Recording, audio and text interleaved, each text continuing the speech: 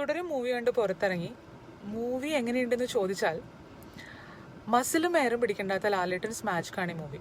പക്ഷേ ലാലേട്ടൻ്റെ മാത്രമല്ല, തരുൺ മൂർത്തി എന്ന് പറഞ്ഞ ഡയറക്ടറുടെ ക്രാഫ്റ്റ്, പിന്നെ പ്രകാശ് വർമ്മനെ നിങ്ങൾക്ക് ഒരുപാട് പേർക്ക് അറിയുന്നുണ്ടാവും. He's an art film producer and director. പണ്ടത്തെ വൊഡാഫോണിൻ്റെ സൂസു ഒക്കെ ഇല്ലേ, അതിൻ്റെയൊക്കെ ക്രിയേറ്റർ ഇദ്ദേഹമാണ്. പുള്ളിയുടെ ഡെബ്യൂ മൂവിയാണിത് ആസ് എൻ ആക്ടർ. ബട്ട് എൻ്റെ ദൈവമേ, പുള്ളിയുടെ പെർഫോമൻസ് ഉണ്ടല്ലോ, ടോപ്പ് നോച്ചാണ്. നമ്മൾക്ക് തോന്നും പുള്ളിയാണ് ഈ മൂവിയിൽ അധികം സ്കോർ ചെയ്തിട്ടുള്ളത്. അജാതി പെർഫോമൻസ് ആണ്.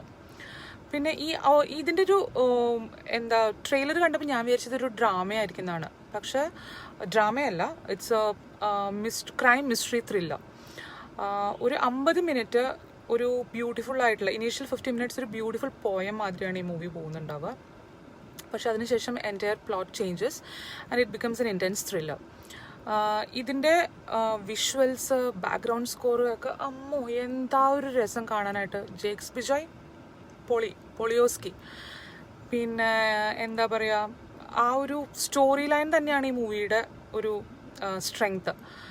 175 മിനിറ്റാണ് ഈ മൂവി കാണിക്കുന്നത്. നമ്മൾ വിചാരിക്കും ഒത്തിരി ലെങ്തി ആണെന്ന്, പക്ഷെ മൂവി കണ്ടു കഴിയുമ്പോഴത്തേനും അയ്യോ ഇത്ര പെട്ടെന്ന് തീർന്നു പോയോ അങ്ങനെ ഒരു ഫീൽ വരും. ബിക്കോസ് എൻഡിങ് കുറച്ച് അബ്രപ്റ്റായിട്ട് നമുക്ക് തോന്നും. But other than that it's great. Empuraan കണ്ടതിൻ്റെ ക്ഷീണം മാറിയത് ഈ മൂവി കണ്ടപ്പോഴാണ്. ഇതുമാതിരിയുള്ള മൂവീസ് ലാലേട്ടൻ ചെയ്തിട്ടുണ്ടെങ്കിൽ ലാലേട്ടൻസ് മാജിക് തുടരുക തന്നെ ചെയ്യും.